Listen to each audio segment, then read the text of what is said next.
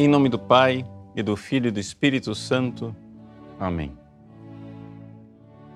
Inspirai, ó Senhor, as nossas ações e ajudai-nos a realizá-las, para que em vós comece e para vós termine tudo aquilo que fizermos por Cristo, Senhor nosso. Amém. Santa Maria, Mãe de Deus, rogai por nós. Em nome do Pai, do Filho e do Espírito Santo. Amém. Muito bem, uma alegria estarmos juntos na nossa transmissão semanal. Essa semana a transmissão é ao vivo e eu gostaria de dedicar este programa a uma temática do Tratado da Verdadeira Devoção de São Luís Maria Grignion de Montfort. Por quê? Bom, porque nós estamos no início do mês de novembro e tem muita gente que escolhe a Imaculada, dia 8 de dezembro, para fazer a sua consagração. Então falta um mês, muitos vão começar a sua preparação imediata para a consagração a Nossa Senhora, não é? Então, eu gostaria de meditar aqui sobre um pequeno tema do tratado, que eu acho que é importante para as nossas vidas, para a nossa vida espiritual, e com isso incentivar o pessoal aí que, vamos consagrar, né?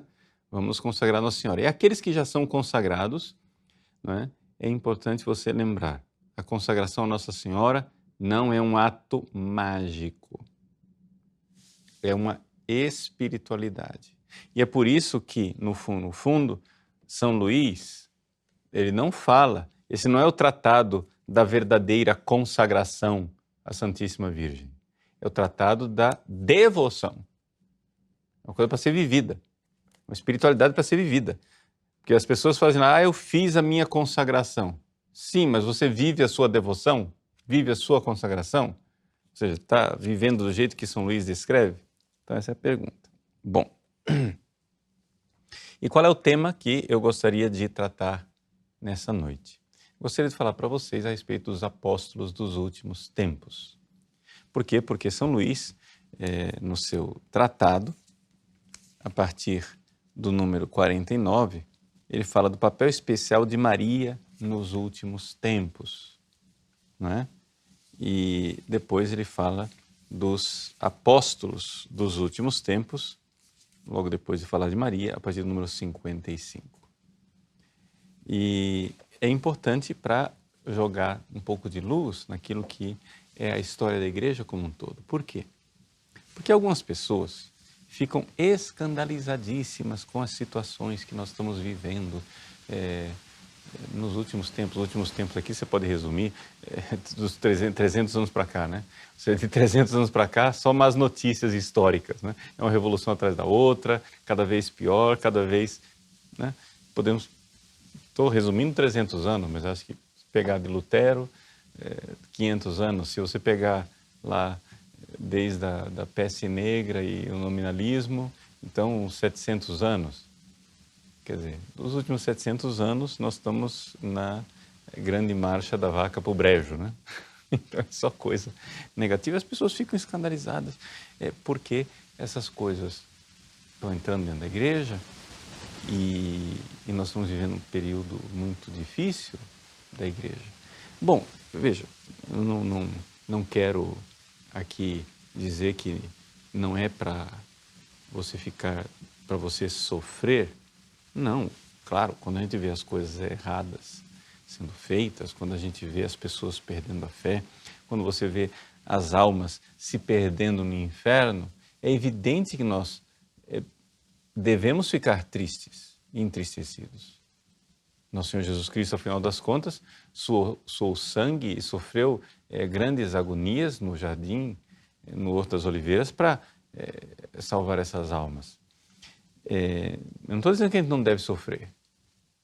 Não, a gente sofre, porque quem ama, sofre. Sofre por amor.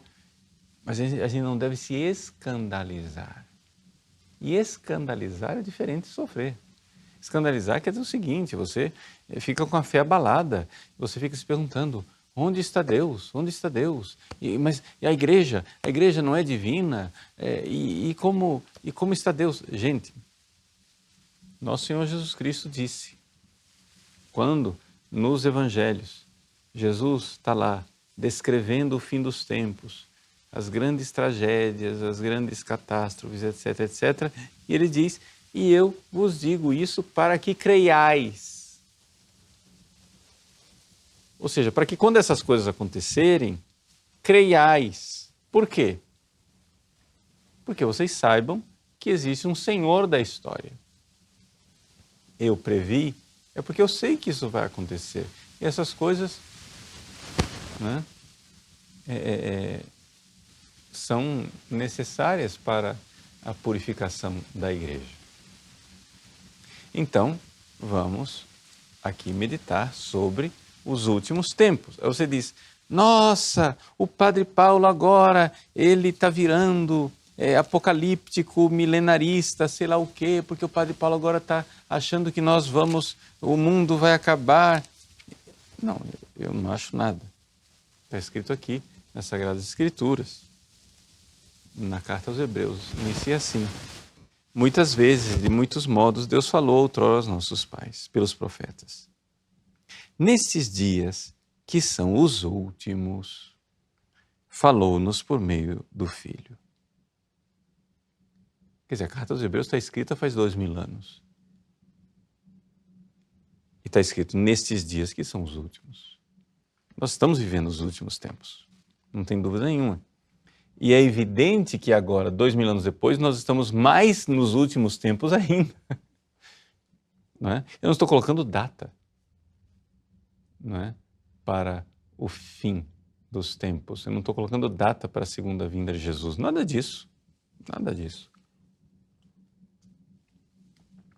Eu só estou dizendo, e é verdade, que a igreja sabe o que vai acontecer nos últimos tempos. O que a gente não sabe é quando, mas a gente sabe o que vai acontecer. E o que é que vai acontecer? Pronto, lá vem Padre Paulo com o Tratado da Verdadeira Devoção, porque São Luís era um profeta. Lá vem Padre Paulo com revelações privadas de La Salette. Lá vem Padre Paulo querer interpretar o segredo de Fátima. Lá vem Padre Paulo querer ler o Apocalipse. Gente, eu não preciso nada disso, eu só preciso do catecismo. Vamos ler o catecismo? Catecismo da Igreja Católica, está aqui. Número 675. Já é um texto conhecido, já comentei várias vezes aqui no site, né? Antes do advento de Cristo, diz o nosso catecismo, é a nossa fé, tá? A igreja deve passar por uma provação final que abalará a fé de muitos crentes. Então, a provação, eu estou dizendo essas coisas aqui para que a fé dos crentes não se abale. Por quê? Porque tem gente que vai se escandalizar. Mas Jesus disse, avisou, não façam isso, não percam a fé. Eu estou dizendo isso para que quando acontecer, creiais. E a igreja vai passar por uma provação. A perseguição que acompanha a sua peregrinação na terra desvendará o mistério da iniquidade sob a forma de uma impostura religiosa, que há de trazer aos homens uma solução aparente aos seus problemas, à custa da apostasia da verdade. Então, o nosso catecismo está dizendo que haverá uma grande apostasia. Agora, veja, só pode apostatar quem tem fé. Então, o que nós estamos entendendo, não é que haverá grande apostasia dentro da igreja, e eu acho que a gente não precisa ser vidente, profeta, só basta você viver no mesmo mundo no qual eu vivo. Pergunto, as pessoas estão ou não estão perdendo a fé? Não somente as estatísticas nos mostram que é verdade que as pessoas estão perdendo a fé, né? Porque em muitos lugares do planeta as igrejas estão cada vez mais vazias, o número dos batismos está diminuindo, e etc, etc. Mas a gente sabe, inclusive, dentro da própria igreja, no sentido de as pessoas que você vê na missa, no domingo, em muitos lugares, as pessoas que vão à missa no domingo não têm fé. E você vê isso. Foi feita uma pesquisa nos Estados Unidos, 70% dos católicos americanos, não é, que vão à missa, não acreditam na presença real de Jesus na Eucaristia. Para eles é um símbolo. Para eles é uma lembrança, uma ceia. Ora, se isso não é a grande apostasia, o que vai ser então? E a gente vê isso, infelizmente também, entre pregadores, entre os nossos pastores, né, que existe uma dificuldade de crer naquilo que a igreja sempre ensinou e, portanto, vão escolhendo aquilo no qual creem e muitos terminam naufragando na fé.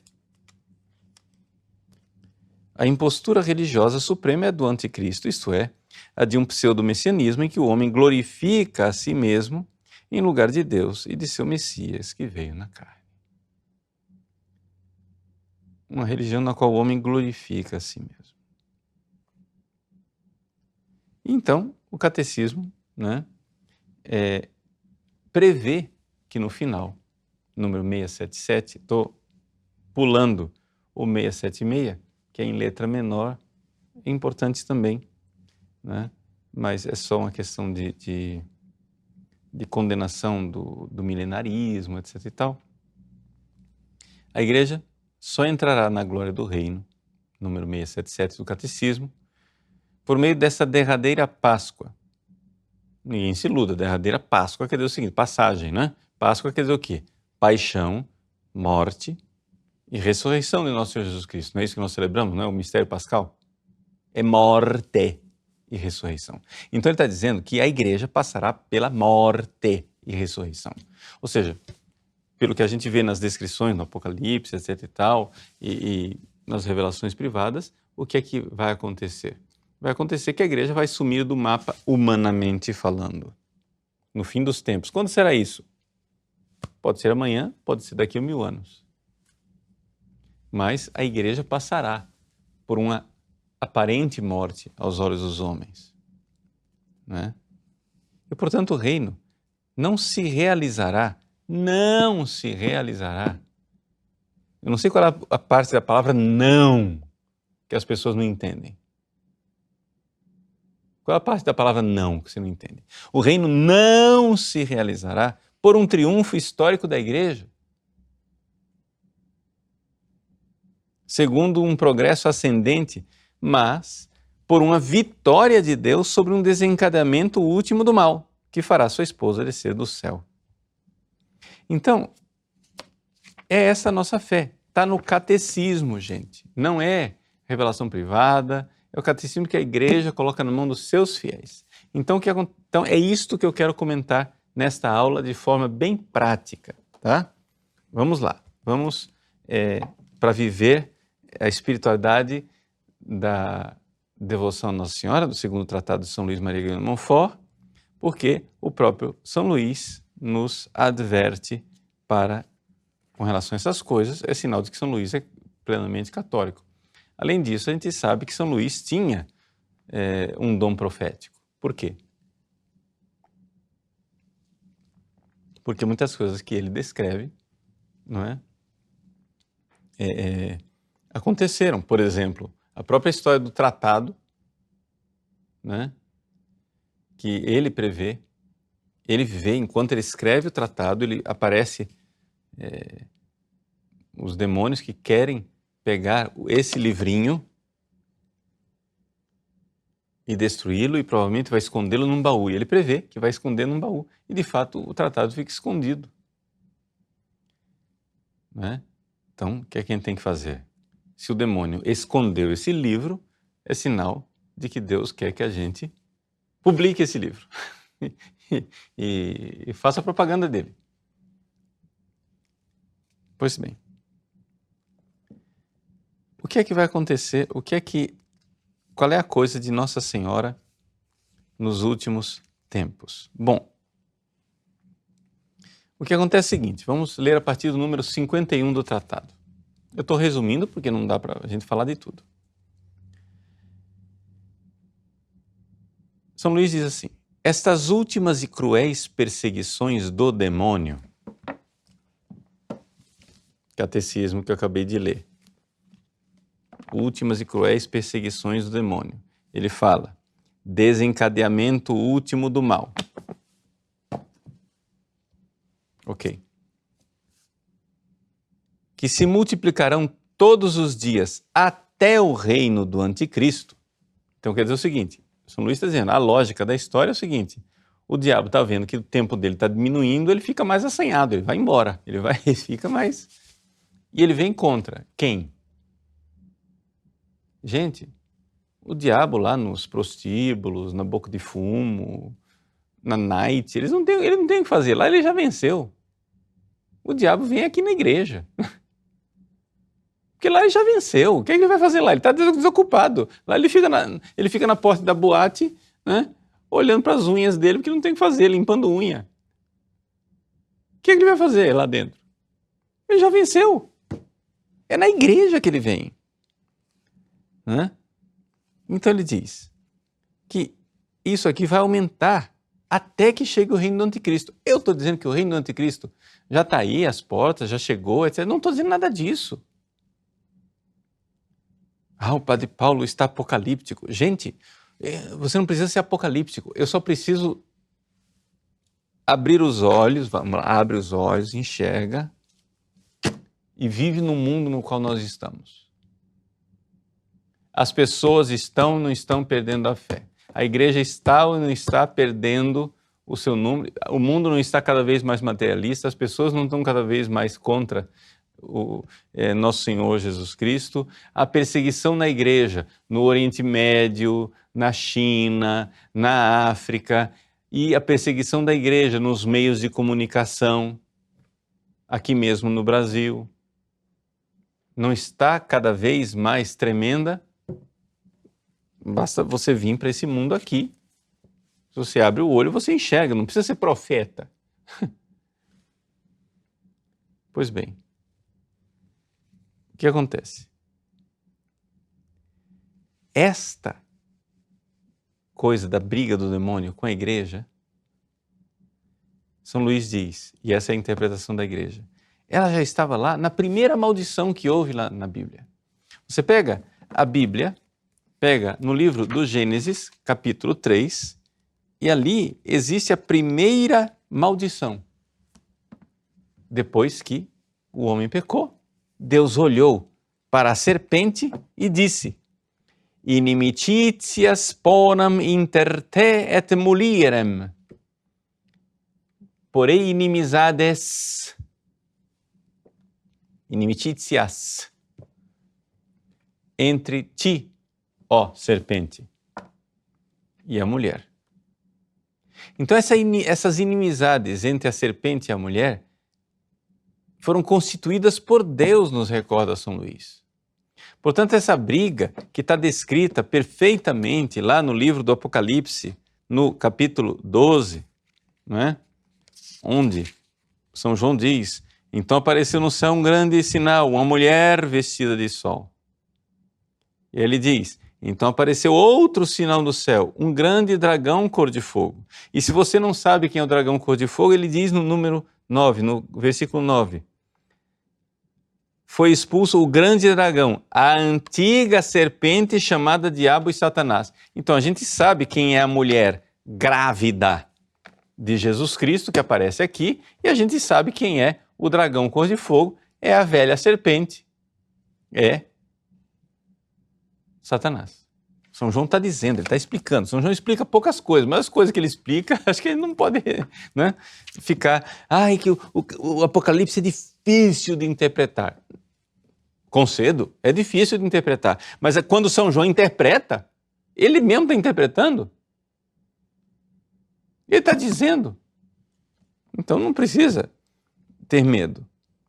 Então a inimizade que está lá no Gênesis é a inimizade que está lá no Apocalipse entre os dois. Diz São Luís, uma única inimizade, Deus promoveu e estabeleceu inimizade irreconciliável, que não só há de durar, mas aumentar até o fim. Então, veja só, vai aumentar a inimizade. As pessoas têm uma ilusão. Eu não sei, acho que as pessoas têm, é que a verdade dói. As pessoas não querem enxergar a verdade, né? Aí, não, vamos fazer assim, porque quando a gente amar, se nós cristãos amarmos, o mundo vai se converter e eles vão dizer que nós somos fofos e vão mandar coraçãozinho para nós. Não vai acontecer isso. Nós devemos amar. Mas quanto mais a gente amar, mais nós vamos ser odiados. Mas padre, gente, mas não sou eu quem estou criando isso, é a verdade objetiva. Aconteceu com Jesus, o amor se fez carne, habitou entre nós. O que é que fizeram? Mataram ele. E por que nós achamos que a nossa sorte vai ser diferente da de Cristo? Por que nós achamos que seguindo Deus, amando e seguindo a sua verdadeira igreja, nós vamos ser aplaudidos? Não é? Então, é uma inimizade irreconciliável. Nós não... Mas veja, mas não somos nós quem vamos agora promover a inimizade. Não, a coisa é assim, nós vamos ser fiéis a Deus. As pessoas que forem filhos da serpente, os filhos de Belial, vão ser cada vez mais, ter cada vez mais raiva de nós, e vamos fazer o quê? Nós vamos ter que odiar, não odiá-los, mas odiar o que eles estão fazendo. É evidente, é irreconciliável. A inimizade entre Maria, sua digna mãe, e o demônio. Os demônios nós temos que odiá-los. Ninguém nunca avisou isso para você? Você não pode ser amigo do demônio. Você tem que odiar o demônio. Não, nós somos cristãos, nós somos pelo amor. Nós somos pelo amor. Nós temos que amar todos os seres humanos que estão vivos. Todos os seres humanos que estão vivos, nós temos que amá-los. Inclusive, quando eles estão fazendo o mal e fazendo perversões, a melhor forma de nós amarmos essas pessoas é corrigi-los, contrariar o que eles estão fazendo, nos opormos ao que eles estão fazendo. Essa é a melhor maneira de amá-los. Para que eles, um belo dia, se convertam. Porque nós sabemos disso, gente, que existe... A parábola do joio e do trigo nos diz isso. Existe entre pessoas que estão na igreja, devotas. Pessoas devotas, aparentemente devotas.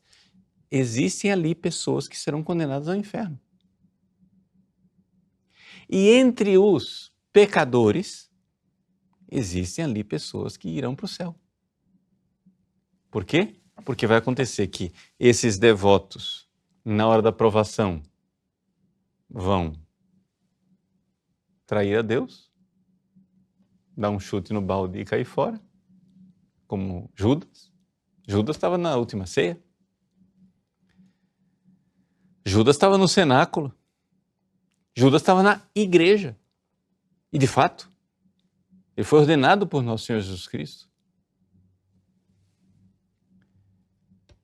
Então tem gente dentro da igreja que vai se perder no inferno para sempre. Como tem gente entre os ímpios, os impiedosos, os maus, os desgraçados, atualmente, que estão sem a graça agora, mas eles vão receber uma graça de conversão, como, por exemplo, o bom ladrão, como, por exemplo, São Longino, o soldado que enfiou a lança em Cristo. Ele estava lá condenando Jesus à morte, etc. e tal, e se converteu. Ou seja, entre os maus, no olhar humano, existem eleitos que se converterão e deixarão seus pecados e irão para o céu e serão santos gloriosos. Assim como entre pessoas aparentemente devotas, boas, santas, etc., etc., haverá condenados ao inferno. Não é? Então o que acontece?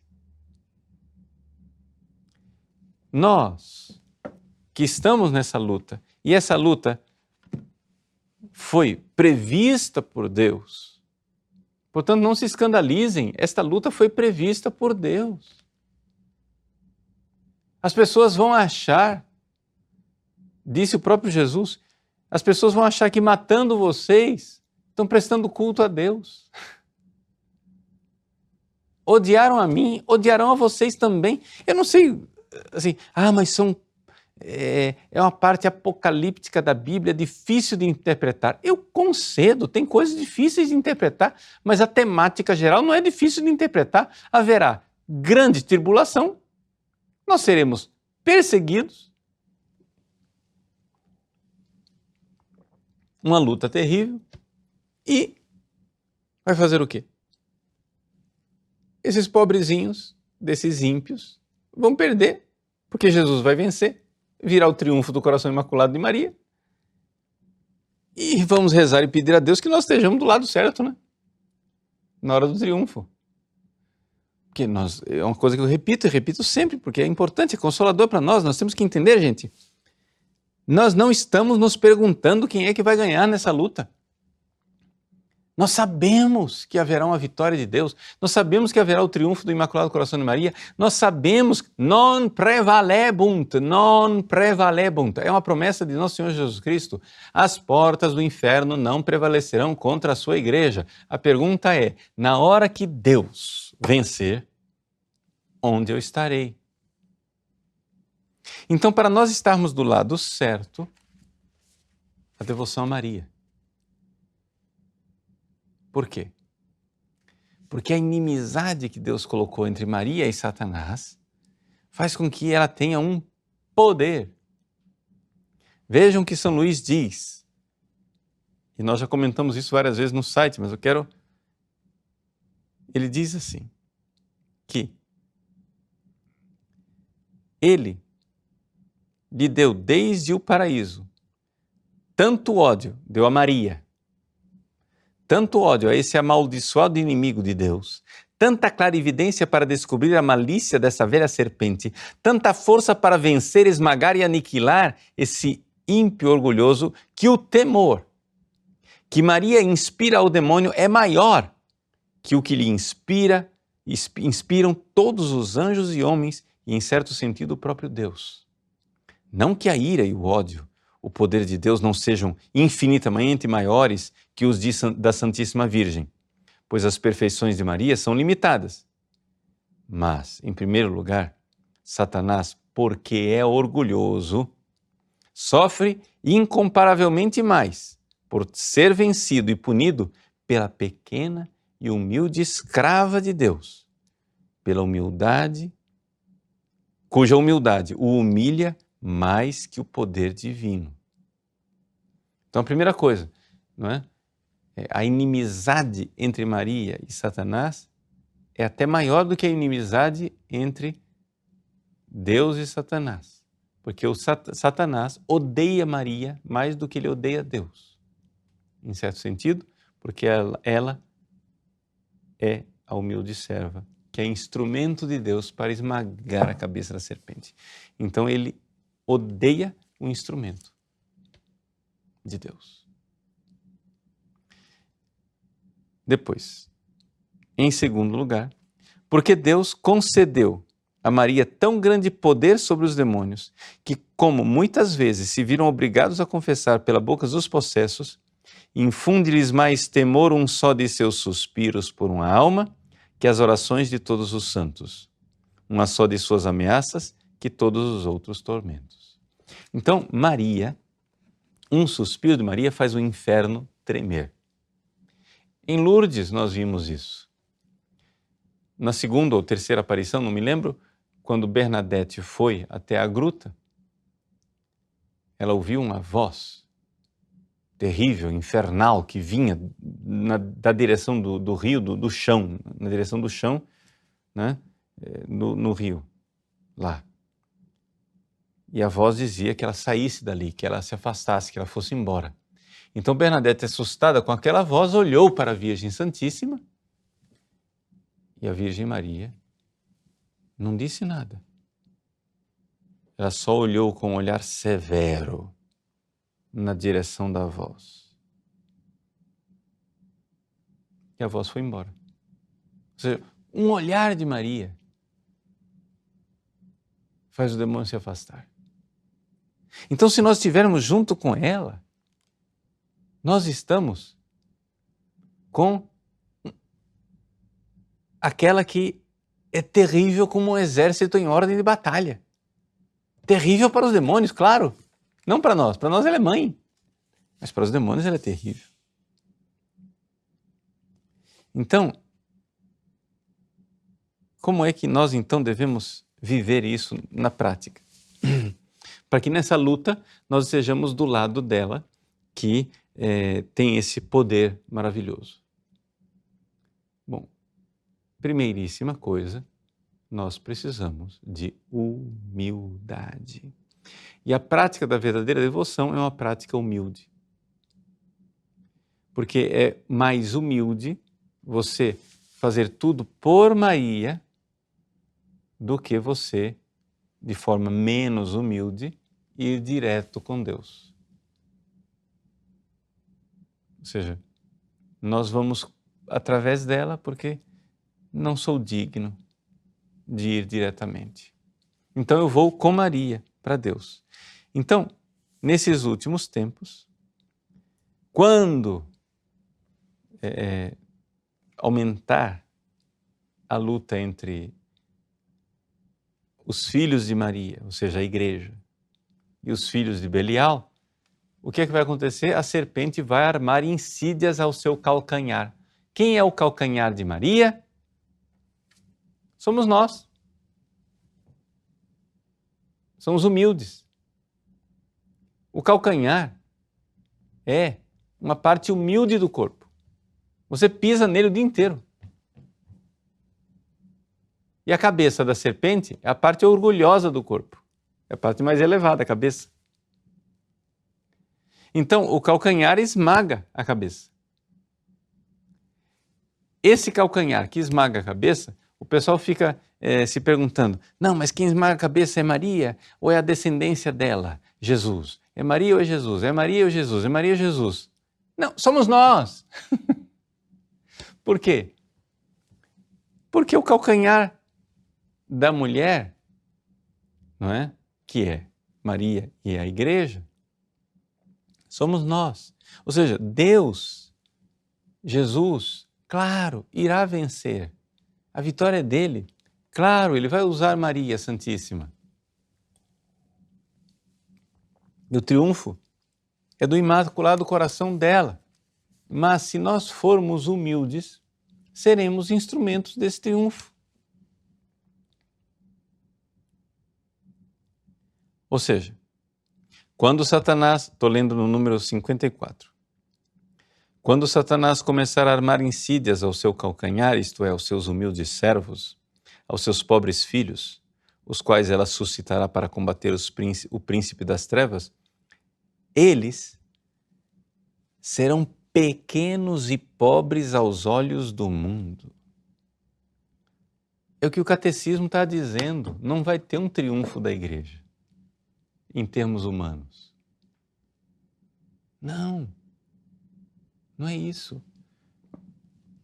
Aos olhos do mundo, eles vão ser pequenos e pobres e rebaixados diante de todos, como o calcanhar. Calcados, pisados e perseguidos como o calcanhar, em comparação com os outros membros do corpo. Mas em troca, eles serão ricos em graça.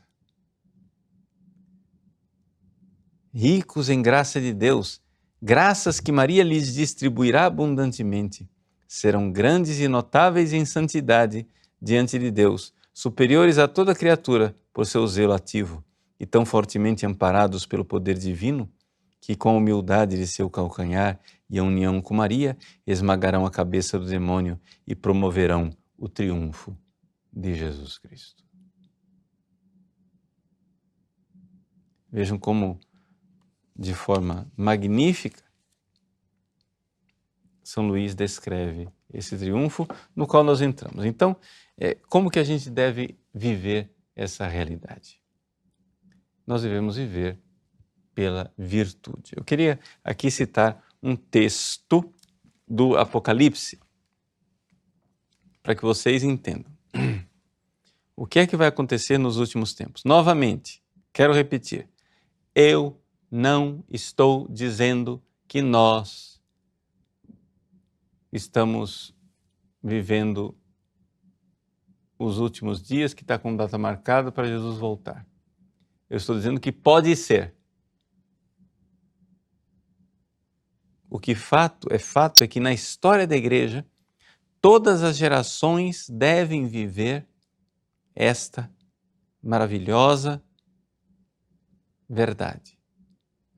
Que nós somos instrumentos do triunfo de Cristo. Então vejam só.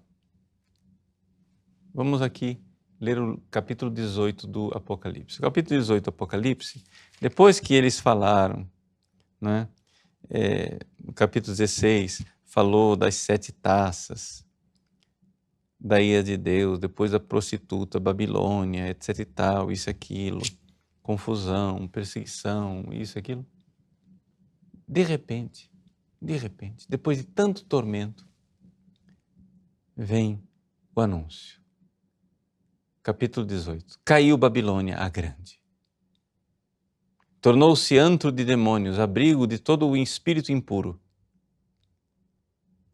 Aí, um anjo começa a anunciar. Versículo 10. Ai, ai, ó grande cidade de Babilônia, cidade forte, uma hora bastou para o teu julgamento. Segunda vez ele diz, versículo 16, perdão. Ai, ai, são os comerciantes, etc. Ai, ai, ó grande cidade vestida com linho puro, púrpura e escarlate.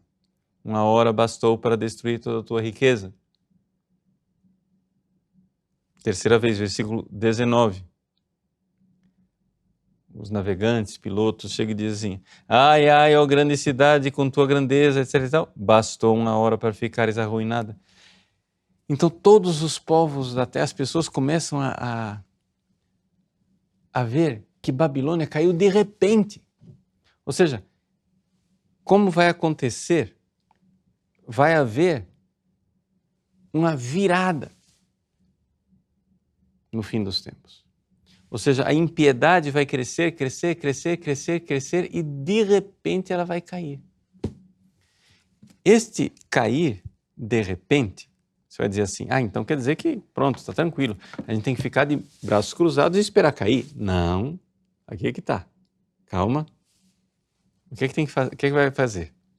Quando Babilônia caiu, capítulo 19. Depois disso ouvi como uma voz de uma grande multidão aclamando no céu, aleluia. A salvação, a glória e o poder pertencem ao nosso Deus.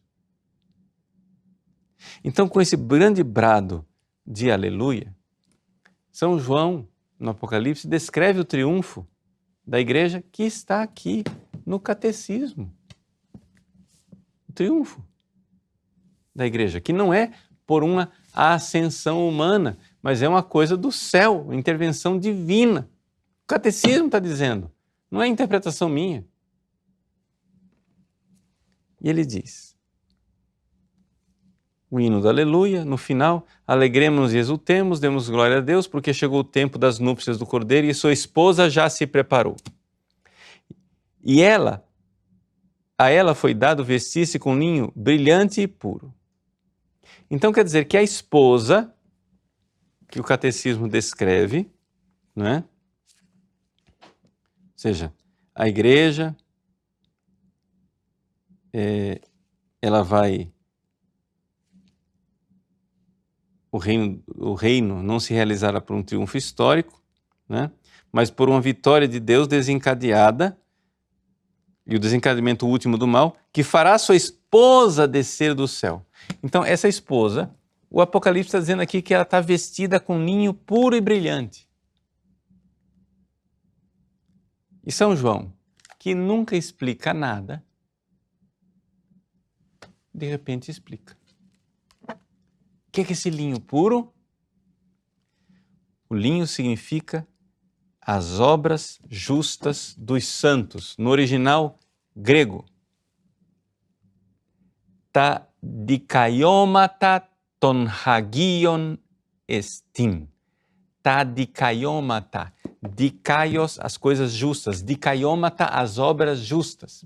Quer dizer, as virtudes inspiradas por Deus, virtudes infusas de virtudes heróicas, virtudes de santidade. Ou seja, é a santidade. Então, veja só, aqui que está a lógica, eu quero que você entenda isso. Grande tribulação e derrota da igreja. De repente, corte, vum, uma virada. Aleluia! Caiu a Babilônia, aleluia, triunfo. E de repente a igreja aparece vestida de linho puro. Mas de onde veio esse linho puro? São João explica, a obra dos justos. E essas obras dos justos, quando elas foram feitas? Lá durante a perseguição, uai. Quer dizer que enquanto vai acontecendo a perseguição da igreja e a luta entre os filhos de Belial e os filhos da Virgem Santíssima, os justos, os filhos da Virgem vão tecendo com suas obras, com suas virtudes, eles vão tecendo a roupa, o linho fino e brilhante. Então, aqui é que está a coisa. Como que a gente deve viver isso? Ou seja, no meio da tribulação, no meio da grande apostasia, é a fidelidade. Através de Maria, com ela, viver essa fidelidade. Porque haverá o triunfo. Nós vamos estar vivos para ver esse triunfo? Resposta, não sei. Só sei que o triunfo final virá. E esse triunfo final foi preparado pelo linho puro e fino, que são as obras dos justos. Então, viver a verdadeira devoção, viver essa entrega a Deus através da Virgem Maria, é ser esses descendentes da mulher, esses filhos da mulher, que vão tecendo o linho fino, o linho puro da vitória final da igreja. Resumo, aguenta firme. Eu disse essas coisas para que quando acontecer, creiais. Não se escandalize. Sofrer, a gente vai sofrer. Mas não se escandalize. Eu disse isso para que vocês tenham fé. Então, vamos agora ver a descrição que São Luís faz dos apóstolos. Ele diz assim, número 56. Evidente que eu estou pulando, não é? Mas quem serão esses servidores, esses escravos e filhos de Maria? Serão ministros do Senhor, ardendo em chamas abrasadoras, que lançarão por toda parte o fogo divino, do divino amor.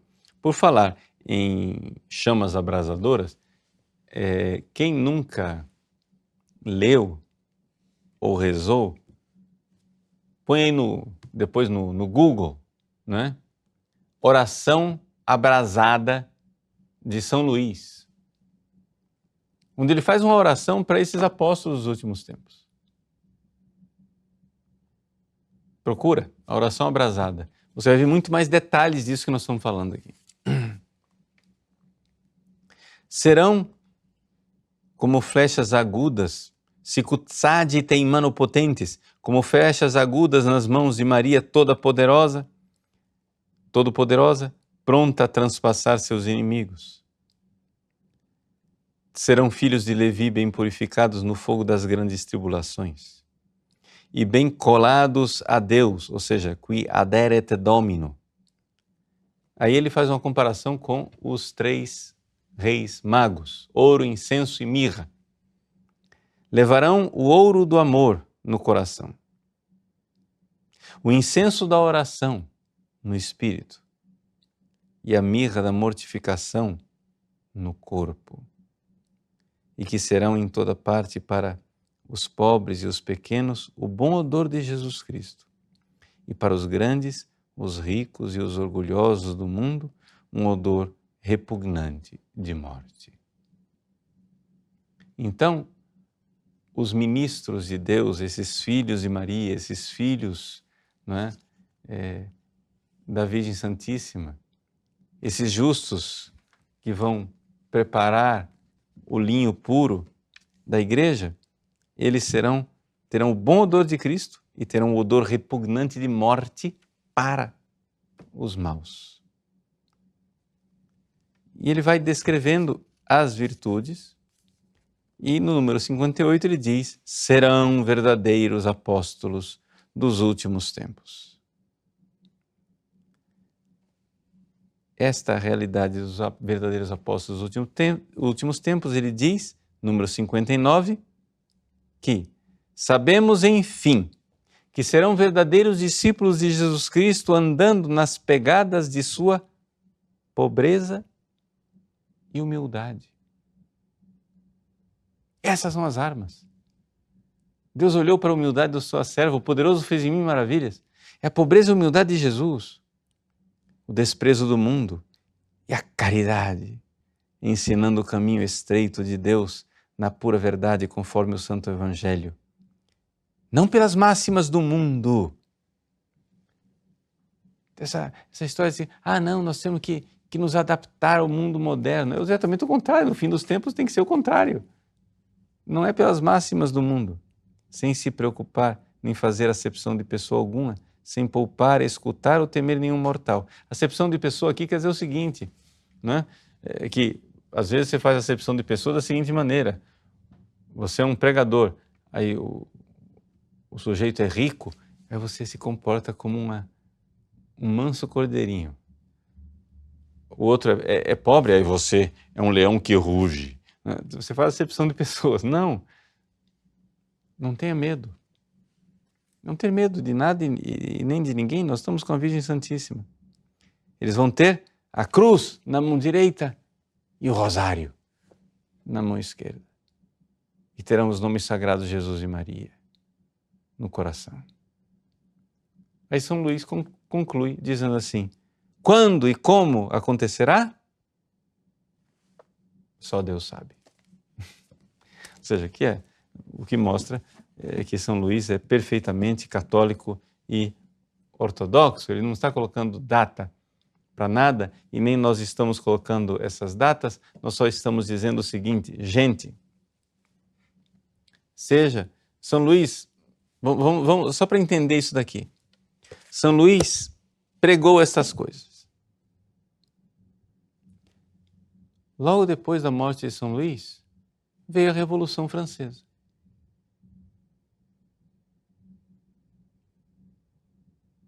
E com a Revolução Francesa, aquilo parecia o fim do mundo.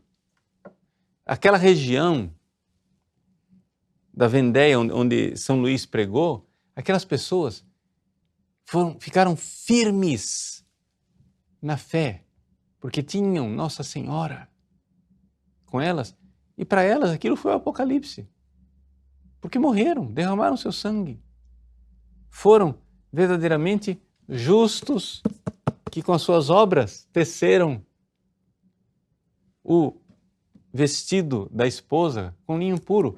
Essas pessoas morreram há 300 anos atrás. E foram os justos que viveram a tribulação e teceram as vestes da esposa com linho puro. E realizaram isso que São Luís está dizendo. Quando vai acontecer? Nós não sabemos. Mas aconteceu há 300 anos atrás? Pode. E acontecerá nos nossos tempos, e já está acontecendo, como pode e acontecerá na segunda vinda de Cristo, que pode ser amanhã ou pode ser daqui a 1000 anos. Nós não sabemos quando será. O que a gente tem certeza é que existem as inimizades. Porém, inimizades entre ti e a mulher, disse Deus à serpente. E, portanto, se nós estivermos com Maria e imitarmos as suas virtudes, nós estaremos vivendo a verdadeira devoção e estaremos tecendo as vestes da esposa com as virtudes da Virgem Maria. Se nós formos esses verdadeiros filhos de Maria, que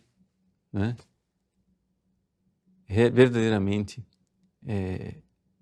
vão aguentando pacientemente, vão evangelizando, vão transformando as pessoas, fazendo a fé crescer nos corações, etc. Mesmo que pareça que nós estamos perdendo. Não estamos perdendo. Não estamos perdendo. A gente já sabe quem foi que perdeu. O diabo sabe que ele não tem tempo. Ele só faz mais arruaça. Ele está fazendo mais barulho, não é? Para terminarmos com uma palavra mais positiva para você entender, São Luís diz no número 217 do tratado, falando do tempo daquilo que em Fátima Nossa Senhora chama de o triunfo do seu Imaculado Coração. Ele diz: quando virá este tempo feliz? Quando virá esse tempo feliz em que Maria será estabelecida Senhora e soberana nos corações, para submetê-los plenamente ao império do seu grande e único Jesus? Quando será o dia em que as almas respirarão Maria, como o corpo respira o ar? Então, coisas maravilhosas acontecerão. Nesse mundo, onde o Espírito Santo, encontrando sua querida esposa, como que reproduzida nas almas, a elas descerá abundantemente, enchendo-as de seus dons, particularmente do dom da sabedoria, a fim de operar maravilhas da graça. Meu caro irmão, quando chegará esse tempo feliz, esse século de Maria, em que inúmeras almas escolhidas, perdendo-se no abismo de seu interior, se tornarão cópias vivas de Maria para amar e glorificar Jesus Cristo?